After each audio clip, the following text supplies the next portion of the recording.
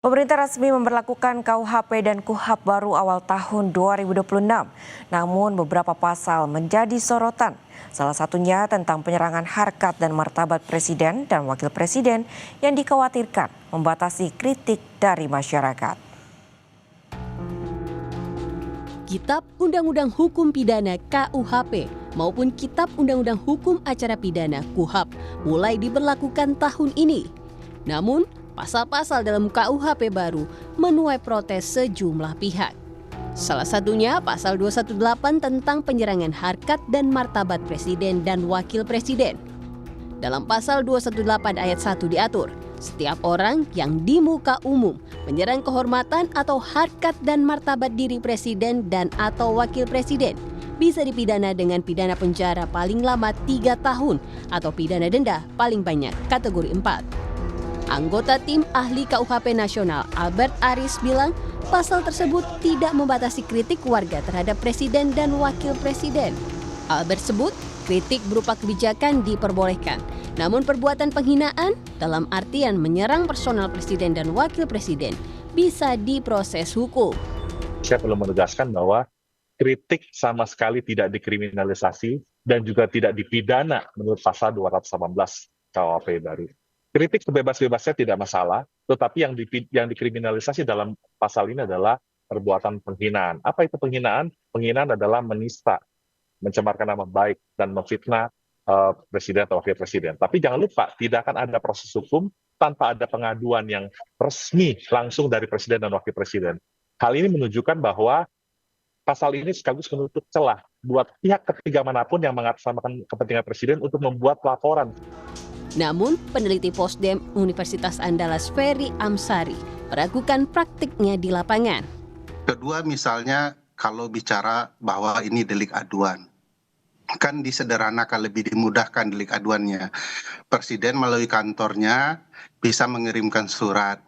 Nah, perlu diketahui bahwa polisi dan jaksa kan anak buah presiden ya. Gimana dia kemudian tidak akan bergerak untuk melindungi martabat presiden.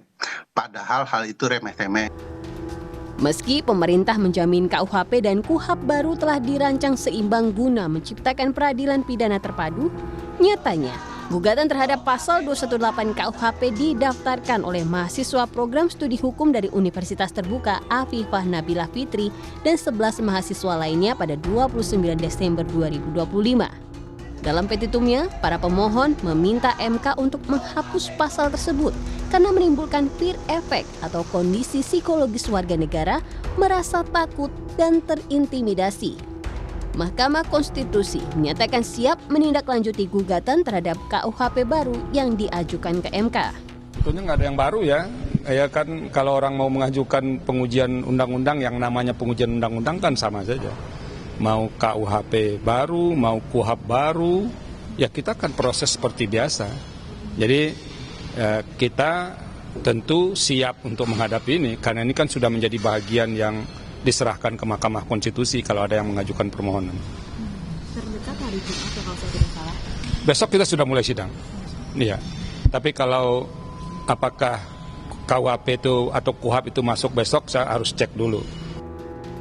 Menanggapi kelompok masyarakat yang mengajukan uji materi KUHP baru ke Mahkamah Konstitusi, Wakil Ketua DPR Sufmi Dasko Ahmad tegaskan, pembentukan KUHP maupun KUHAP telah melalui mekanisme yang panjang, termasuk melibatkan partisipasi publik.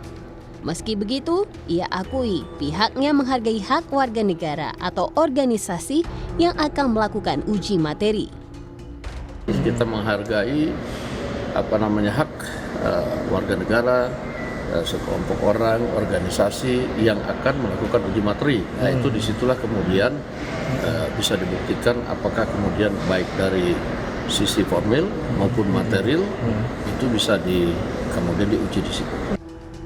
Sejumlah elemen masyarakat menggugat Kitab Undang-Undang Hukum Pidana ke Mahkamah Konstitusi. Sejauh ini, total 8 permohonan uji materi terdaftar dengan jadwal sidang perdana berbeda. Tim Liputan Kompas TV.